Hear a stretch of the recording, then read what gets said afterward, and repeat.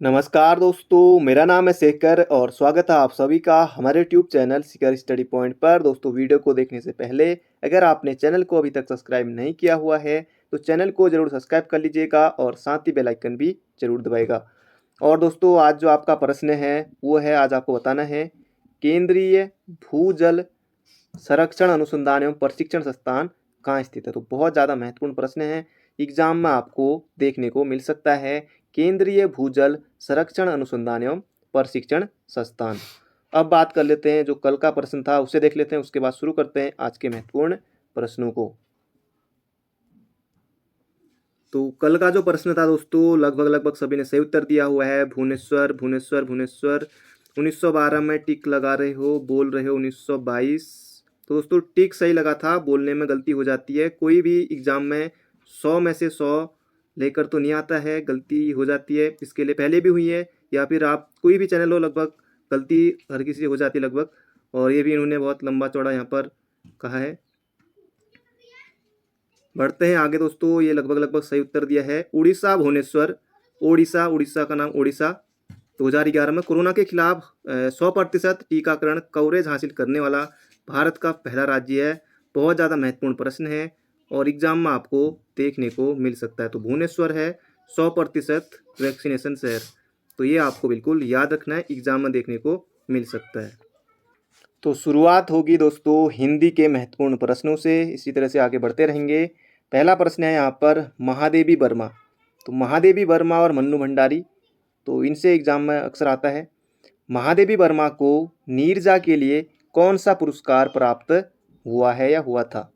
तो अभी तक आपने पढ़ा था दोस्तों कि ज्ञानपीठ मिला है 1982 में यामा के लिए, और लगभग ज़्यादातर लोगों को पता है। पर यहाँ पर अलग प्रश्न है, और नीरजा के लिए, नीरजा भी इनकी रचना है, निहार रश्मि नीरजा सांध्य गीत। तो आपको बताना है नीरजा के लिए इनको कौन सा पुरस्कार प्राप्त हुआ। तो ज्ञानपीठ तो है नहीं, ज्ञानपीठ क्योंकि यामा के लिए ही है। और भारत भारती, द्विवेदी पदक, या फिर सक्सेरिया पुरस्कार। तो इसका क्षेत्र हो जाएगा ऑप्शन नंबर सी हमारा, सक्सेरिया पुरस्कार। तो ये आपको बिल्कुल याद रखना है। इसके अलावा आपको पता हो ना पता हो तो बहुत अच्छी बात है। इनको महादेवी वर्मा को पद्म भूषण भी मिल चुका है, पद्म भूषण भी मिला है और पद्म विभूषण भी मिला है। तो सब इनको मिले हैं, पद्म भूषण, पद्म विभूषण। साहित्य अकादमी नहीं मिला है, साहित्य अकादमी फेलोशिप वाला कुछ मिला है। और बाकी ज्ञानपीठ तो मिला ही है, बाकी ये वाला भी मिला है जो ये सक्सेरिया पुरस्कार है। और इसके अलावा कुमाऊं विश्वविद्यालय के द्वारा डीलेट की भी उपाधि इनको दी गई थी। तो इसका क्षेत्र हो जाएगा यहाँ पर ऑप्शन नंबर सी। अगला प्रश्न है, संघ की राजभाषा हिंदी और लिपि देवनागरी होगी, यह संविधान के किस अनुच्छेद में वर्णित है। तो बहुत ज़्यादा महत्वपूर्ण प्रश्न है ये भी। संघ की राजभाषा हिंदी और उसकी लिपि जो है ये देवनागरी। तो इसका सही उत्तर है ऑप्शन नंबर ए हमारा, अनुच्छेद 343 में। तो ये आपको बिल्कुल याद रखना है, अनुच्छेद 343 है, एग्जाम में आया हुआ था। अगला प्रश्न है, मैंने यह काम कर लेना चाहिए, वाक्य में अशुद्ध अंश कौन सा है। ये जो पूरा यहाँ पर वाक्य है, मैंने यह काम कर लेना चाहिए, अशुद्ध अंश इसमें से छांटना है। मैंने कर लेना चाहिए या फिर यह काम, कौन सा होगा। तो ये हो जाएगा मैंने। तो मैंने यहाँ पर होना चाहिए था मुझे यह काम कर लेना चाहिए। तो अब से हो जाता है, इसका से हो जाएगा ऑप्शन नंबर ए। अगला प्रश्न है, तो सर्वनाम संबंधी अशुद्धि कह सकते हैं। अगला प्रश्न है, मुख्य क्रिया के अर्थ को स्पष्ट करने वाली क्रिया होती है। तो महत्वपूर्ण प्रश्न है, नाम धातु, प्रेरणार्थक, नामबोधक, या फिर सहायक क्रिया। तो मुख्य क्रिया के अर्थ को स्पष्ट करने वाली जो क्रिया होती है, तो ये होती है सहायक क्रिया। तो ऑप्शन नंबर ए हो जाएगा इसका बिल्कुल सटीक उत्तर। अगला प्रश्न है, कारक के कितने भेद होते हैं। ये भी बहुत ज़्यादा महत्वपूर्ण है और लगभग सभी को सही पता है इसका उत्तर। तो 8 होते हैं कारक के भेद। तो ये भी आता है, सर्वनाम के कितने भेद होते हैं 6, मूल सर्वनाम 11। इस तरह से कारक के कितने भेद होते हैं, तो ये होते हैं 8। जैसे कारक में से कर्ता ने, कर्म को करण से द्वारा, और संप्रदान के को लिया अपादान से, और अपादान से अधिकरण में पर, फिर उसके बाद अधिकरण में पर, फिर संबंध काकी किरे, फिर संबोधन। इस तरह से ये हो जाएगा हमारा 8। अगला है, संयोग में किस उपसर्ग का प्रयोग हुआ है। तो ये ऑप्शन सी नहीं होगा, इसका क्षेत्र हो जाएगा हमारा ऑप्शन नंबर ए। तो सम होगा, सम धन योग, ये हो जाएगा संयोग। तो ये आपको बिल्कुल याद रखना है। तो ये व्यंजन संधि बनेगी और इसका क्षेत्र हो जाएगा यहाँ पर ऑप्शन नंबर ए। उपसर्ग शब्द के प्रारंभ में लगते हैं, उप यानी पहले लगेगा, प्रत्यय जो होगा ये अंत में, बाद में। अगला प्रश्न है और ये भी बहुत ज़्यादा महत्वपूर्ण प्रश्न है, व का उच्चारण स्थान है ओष्ठ, कंठोष्ठ, दंत या फिर दंतोष्ठ। तो इसका क्षेत्र हो जाएगा व का उच्चारण स्थान है, महत्वपूर्ण है, एग्जाम में आया हुआ था, ये हो जाएगा दंतोष्ठ। तो ऑप्शन नंबर सी हो जाएगा इसका बिल्कुल सही उत्तर। अगला प्रश्न है, जनगणना 2011 के अनुसार उत्तराखंड में अनुसूचित जनजाति की कुल जनसंख्या कितनी है। जैसे पिछली बार पूछा गया था कि उत्तराखंड की कुल जनसंख्या कितनी है, 186, 292। तो ये भी पूरा पूरा एग्जाम में आया हुआ था कितनी है करके, बाकी ये वाला तो आया नहीं था, लेकिन यहाँ पर इस प्रश्न में है। और अनुसूचित जनजाति की जनसंख्या आपको यहाँ पर बतानी है। तो इसका क्षेत्र हो जाएगा हमारा ऑप्शन नंबर ए, 291,903, 2,91,903। तो ऑप्शन नंबर ए हो जाएगा इसका सही उत्तर, परीक्षावाणी में आपको मिल जाएगा। अनुसूचित जनजाति पूछा है यानी कि एसटी। अगले प्रश्न की तरफ बढ़ते हैं। अगला प्रश्न है, निम्न में कौन सुमेलित नहीं है। तो इस तरह के क्वेश्चन भी आपको जो ग्रेजुएशन लेवल के एग्जाम है या फिर जो कनिष्ठ सहायक भी है, इनमें भी इस तरह के क्वेश्चन देखने को मिल सकते हैं, क्योंकि 4 क्वेश्चन को एक क्वेश्चन करके। अब क्योंकि दोस्तों आप सभी को पता है कि जो बीडीओ बीपीटी वाला एग्जाम है उसमें सिर्फ वही नहीं है, बहुत सारी पोस्ट हैं, 854 पदों के लिए सबको क्लब करके पेपर होगा। तो इस तरह के क्वेश्चन जरूर वहाँ पर बनेंगे, क्योंकि लगभग 200-300 क्वेश्चन मिला के वो 100 क्वेश्चन होंगे तैयार। तो इस तरह से क्योंकि ज़्यादा आपको तैयारी करनी पड़ेगी। अगला प्रश्न है यहाँ पर, ये हिमालय म्यूजियम ऋषिकेश, हिमालयन संग्रहालय उत्तरकाशी, और लोक संस्कृति संग्रहालय भीमताल, मौलाराम संग्रहालय। तो मौलाराम संग्रहालय तो यहाँ पर होना चाहिए था श्रीनगर, क्योंकि ये टिहरी में नहीं होगा, क्योंकि श्रीनगर आता है पौड़ी में। तो यही हो जाएगा इसका सही उत्तर हमारा ऑप्शन नंबर डी। बाकी लोक संस्कृति संग्रहालय भीमताल में है, यशोधर मठपाल। हिमालय संग्रहालय 1965, ये उत्तरकाशी है, और ये भी सही है। अगला प्रश्न है यहाँ पर, उत्तराखंड में समावेशी शिक्षा के तर्ज पर प्रारंभ की गई देवभूमि मुस्कान। तो मुस्कान अशुद्ध लिखा है, तो ये होगा। बाकी कुल मिला के यही है, उत्तराखंड में समावेशी शिक्षा के तर्ज पर। तो ये प्रश्न सही है, लेकिन अगर आपको ये नहीं भी याद है, बाकी यहाँ से याद कीजिए, देवभूमि मुस्कान योजना, बस इतना ही आपको याद रखना है, देवभूमि मुस्कान योजना। बाकी प्रश्न में आपको कुछ भी मिल सकता है। और देवभूमि मुस्कान योजना इसका सही उत्तर हो जाएगा 2009 में। तो महत्वपूर्ण प्रश्न है, एग्जाम में भी आपको देखने को मिलेगा। और 2004 में जो योजना चली थी वो वंदे मातरम योजना, वंदे मातरम जो कि गर्भवती महिलाओं से संबंधित है, वंदे मातरम योजना चली थी 2004 में, जनवरी 2004 के समय। अगला प्रश्न है यहाँ पर, Oak Grove Heritage School Uttarakhand में कहाँ स्थित है।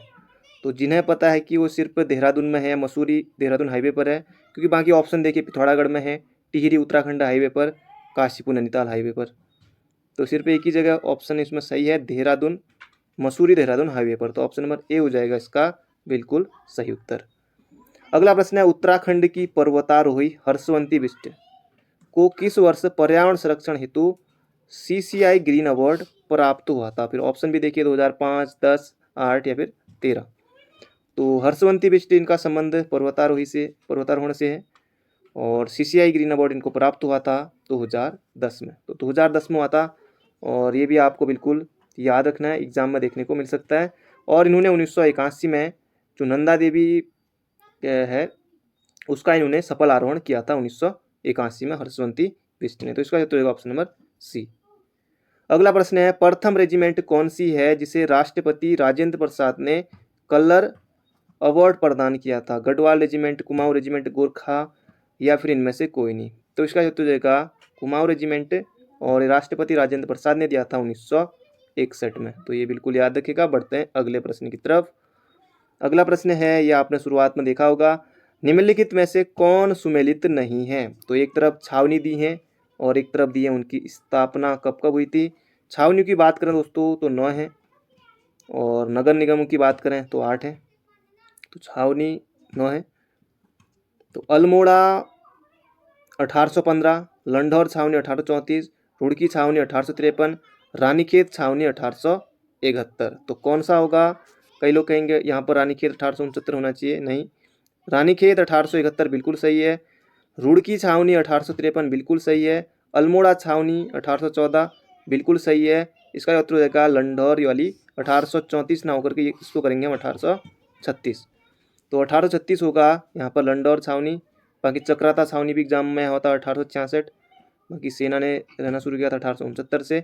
इसका उत्तर हो जाएगा यहाँ पर होगा 1836 लंढौर छावनी। बाकी ये सभी सही हैं। अगला प्रश्न है 1857 की क्रांति के समय गढ़वाल डिप्टी कमिश्नर कौन था? रैमजे, ट्रेल, कैनिंग या फिर बेकेट? तो कैनिंग तो बिल्कुल नहीं करना है, ट्रेल तो पहले ही चले गए थे, और बाकी रैमजे डिप्टी कमिश्नर पूछा है तो यहाँ पर वो भी गढ़वाल के। तो कुमाऊं कमिश्नर थे 1857 में रैमजे। बाकी ऑप्शन बी बचा यहाँ पर बेकेट। तो बेकेट हो जाएगा इसका सही उत्तर। अगला प्रश्न है गोरखा शासकों के समय पुंगाड़ी कर लिया जाता था। भूमि कर था, ये त्योहार कर था, टीका भेंट कर था या फिर हथियार कर था? टीका वाला तो युद्ध के समय होता था, ये हो जाएगा भूमि कर। तो पुंगाड़ी जो था ये हो जाएगा भूमि कर, ऑप्शन नंबर ए। अगला प्रश्न है सांवरी ग्रंथ पुस्तक के लेखक हैं मतीराम, मेधाकर शास्त्री शर्मा, भरत कवि या फिर सूरवीर सिंह? तो इसका उत्तर हो जाएगा सांवरी ग्रंथ, ये हो जाएगा ऑप्शन नंबर सी हमारा सूरवीर सिंह। तो ये आपको बिल्कुल याद रखना है। और ये जो मतीराम है, मतीराम की जो रचना है वो है बृहत कौमुदी। हाँ, बृहत कौमुदी है मतीराम की, तो ये आपको बिल्कुल याद रखनी है। बाकी ये मेधाकर शास्त्री या शर्मा, ये है रामायण प्रदीप। अगला प्रश्न है कब टिहरी रियासत को छोड़कर पूरे उत्तराखंड में जगह जगह तिरंगा फहराया गया और कई स्थानों पर नमक भी बनाया गया? 1920, 25, 30? तो ये हो जाएगा हमारा 26 जनवरी 1930 को। तो ऑप्शन नंबर सी हो जाएगा इसका बिल्कुल सही उत्तर। अगला प्रश्न है कंप्यूटर का दोस्तों, ये प्रश्न है और बहुत ज़्यादा महत्वपूर्ण प्रश्न है। तो इस तरह के क्वेश्चन आपको देखने को मिलेंगे। कंप्यूटर भी इस बार सिलेबस में है, क्योंकि दोस्तों जो बीपीडीओ के लिए है उसमें वैसे भी सीसीसी मांगा गया है। तो सीसीसी बीपीडीओ का भी पेपर एक ही है, वीडियो का भी एक ही है। पहले तक होता था कि भर्ती अलग अलग आती थी। अगर पिछली बार आप देख लीजिए, जैसे बीपीडीओ की अलग वैकेंसी आई थी जो 2018 में पेपर हुआ था, वीडियो की अलग आती थी। बाकी उसी में सहायक समाज कल्याण अधिकारी, बहुत सारे पोस्ट हैं, तो अलग अलग होता था। इस बार एक ही करके होगा पेपर। किसी चार्ट का साइज बिना इसके मान को कम किए छोटा करने के लिए आपको कीबोर्ड में यहाँ पर बना रहेगा, प्रेस करना होगा जैसे आप इसके कार्नर हैंडल को घसीटते हैं। स्विफ्ट दबाएंगे, कंट्रोल ऑल्ट या फिर F11। तो इसका उत्तर हो जाएगा हमारा स्विफ्ट। तो ऑप्शन नंबर ए हो जाएगा इसका बिल्कुल सटीक उत्तर। अगला है और ये भी बहुत ज़्यादा महत्वपूर्ण प्रश्न है, इसके बाद और उत्तराखंड के प्रश्न आएंगे, तो आप वीडियो को अंत तक जरूर देखिएगा। और अगर आपने अभी तक लाइक नहीं किया तो लाइक जरूर से कर दीजिए। अगला प्रश्न है सर्वप्रथम संसदात्मक सरकार किस देश में आरंभ की गई? तो महत्वपूर्ण प्रश्न है। स्विट्जरलैंड, बेल्जियम, फ्रांस या फिर ग्रेट ब्रिटेन, यूके में? तो इसका उत्तर हो जाएगा संसदीय सरकार, ये ग्रेट ब्रिटेन यूके में। तो ऑप्शन नंबर ए हो जाएगा इसका बिल्कुल सटीक उत्तर। अगला प्रश्न है और ये प्रश्न दोस्तों बहुत ज़्यादा महत्वपूर्ण प्रश्न है, आपको एग्जाम में निश्चित रूप से कई बार पहले आया है और आगे भी आता रहेगा। 15 मई 2005 को संसद के सूचना अधिकार अधिनियम को भारत के राष्ट्रपति की स्वीकृति कब प्राप्त हुई? 15 मई 2005 को, 5 जून 2005 को, 12 अक्टूबर 2005 को या फिर 15 जून 2005 को? क्योंकि दोस्तों ये सभी को पता है कि 2005 में तो है, और बाकी कई बार एग्जाम में भी आता है, ऐसा तो है नहीं कि पहली बार आया है, बहुत बार एग्जाम में आया है, हमारे राज्य के नहीं हर जगह के एग्जामों में।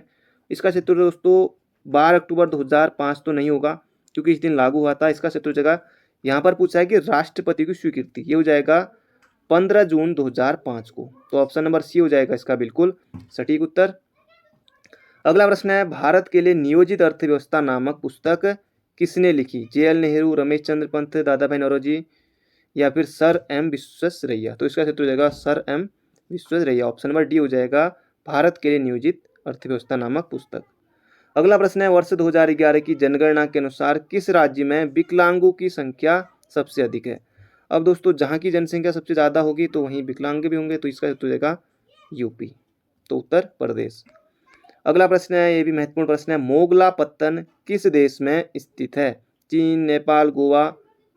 अब देश पूछा है तो गोवा तो कर नहीं सकते ना, ये हो जाएगा बांग्लादेश। तो बांग्लादेश है, बाकी चीन और बांग्लादेश में से टिक किया होगा आपने भी, बाकी तो सही उत्तर हो जाएगा यहाँ पर मोगलापत्तन, ये बांग्लादेश में है। अगला प्रश्न है, दक्कन का पठार किन चट्टानों से बना है?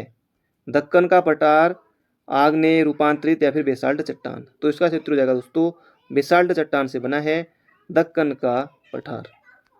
अगला प्रश्न है और ये भी बहुत ज़्यादा महत्वपूर्ण प्रश्न है, फ्रांसीसी ईस्ट इंडिया कंपनी सन से स्थापित हुई यानी कि स्थापना हुई लुई 14वें के में, लुई 15वें, लुई 16वें या फिर लुई 13वें। तो फ्रांसीसी ईस्ट इंडिया कंपनी की स्थापना हुई थी लुई 14वें के शासनकाल में। तो महत्वपूर्ण प्रश्न है, एग्जाम में देखने को मिल सकता है। अगला प्रश्न है, 1929 में नागपुर में संपन्न 1929 का जो लाहौर कांग्रेस अधिवेशन हुआ था वो भी एग्जाम में आता है, उसकी अध्यक्षता भी की थी JL नेहरू ने। और यहाँ पर है 1929 में नागपुर संपन्न all India trade union Congress की अध्यक्षता किसने की थी? तो इसका क्षेत्र हो जाएगा दोस्तों JL नेहरू। तो याद रखिएगा एग्जाम में देखने को मिल सकता है। अगला प्रश्न है यहाँ पर, पिनोरा ग्लेशियर किस जनपद में स्थित है? पिनोरा ग्लेशियर दोस्तों कहाँ स्थित है? मिलम है, रालम है, हीरामढ़ी है, नामिक है, ये सब है कहाँ? पिथौरागढ़ में। तो पिनोरा ग्लेशियर कहाँ स्थित है दोस्तों? ये है पिथौरागढ़ में। अगला प्रश्न है, ये भी बहुत ज़्यादा महत्वपूर्ण प्रश्न है, 1856 में देवीधुरा में पुरापाषाणिक सभागार किसने खोजे थे? यज्ञदत्त शर्मा, यशोधर मठपाल, RS बिष्ट या फिर हेनवुड या हेनवुड। तो इसका उत्तर हो जाएगा दोस्तों 1856 में देवीधुरा चंपावत में हेनवुड ने पुरापाषाणिक सभागार की समाधानों की खोज की थी। बाकी यज्ञदत्त शर्मा इन्होंने जो हरिद्वार के भादराबाद है यहाँ से, बाकी यशोधर मठपाल ये फड़कानौली और पेटसाल इनसे संबंधित है, यशोधर मठपाल से। और इसका उत्तर हो जाएगा 1856 में देवीधुरा, ये हो जाएगा हेनवुड। अगला प्रश्न है, पांडव गुफा किस जनपद में स्थित है? तो यहाँ पर अगर अल्मोड़ा होता नैनीताल की जगह तो ये अल्मोड़ा भी करते। पांडव गुफा किस जनपद में स्थित है? पौड़ी, रुद्रप्रयाग, उत्तरकाशी या फिर नैनीताल। तो पांडव गुफा है दोस्तों पौड़ी में। पांडुखोली गुफा ये है कहाँ? अल्मोड़ा द्वाराहाट में। त्र्यंबक गुफा भी इसका नाम है पांडुखोली गुफा का। बाकी ये पांडव गुफा ये है कहाँ? पौड़ी में। अगला प्रश्न है दोस्तों, ये भी बहुत ज़्यादा महत्वपूर्ण प्रश्न है और ऑप्शन भी देखिए इसके बिल्कुल क्रम वाइज हैं। किस वर्ष दुगड्डा में आर्य समाज स्कूल खोला गया है? ये खोला गया था, तो ये खोला गया था दोस्तों दुगड्डा में। दुगड्डा पौड़ी में है, लंगूरगाड़ और सिलगाड़ नदी के संगम पर है। और ये हो जाएगा 1910 में दुगड्डा में आर्य समाज स्कूल खोला गया था। अगला प्रश्न है, खटी माँ का प्राचीन नाम क्या था? मकरपुर, भुल्ला गांव, ये भुल्ला ताल लैंसडाउन में है। भुल्ला ताल तो लैंसडाउन में, गांव तो पता नहीं। इसका उत्तर हो जाएगा खटी माँ का प्राचीन नाम मकरपुर। तो दोस्तों ये थे आज के हमारे 30 महत्वपूर्ण क्वेश्चन। बाकी 30 में से स्कोर कैसा रहा चैट बॉक्स में जरूर बताएगा। बाकी मिलते हैं बहुत जल्दी एक नई वीडियो में। और दोस्तों और भी पार्ट अपलोड किए हुए हैं, अगर आपने और पार्टों को नहीं देखा है तो आप प्लेलिस्ट में आकर देख सकते हैं, डिस्क्रिप्शन में भी लिंक है। तो मिलते हैं बहुत जल्दी एक नई वीडियो में। Thank you friend, thank you so much. तैयारी करते रहिए।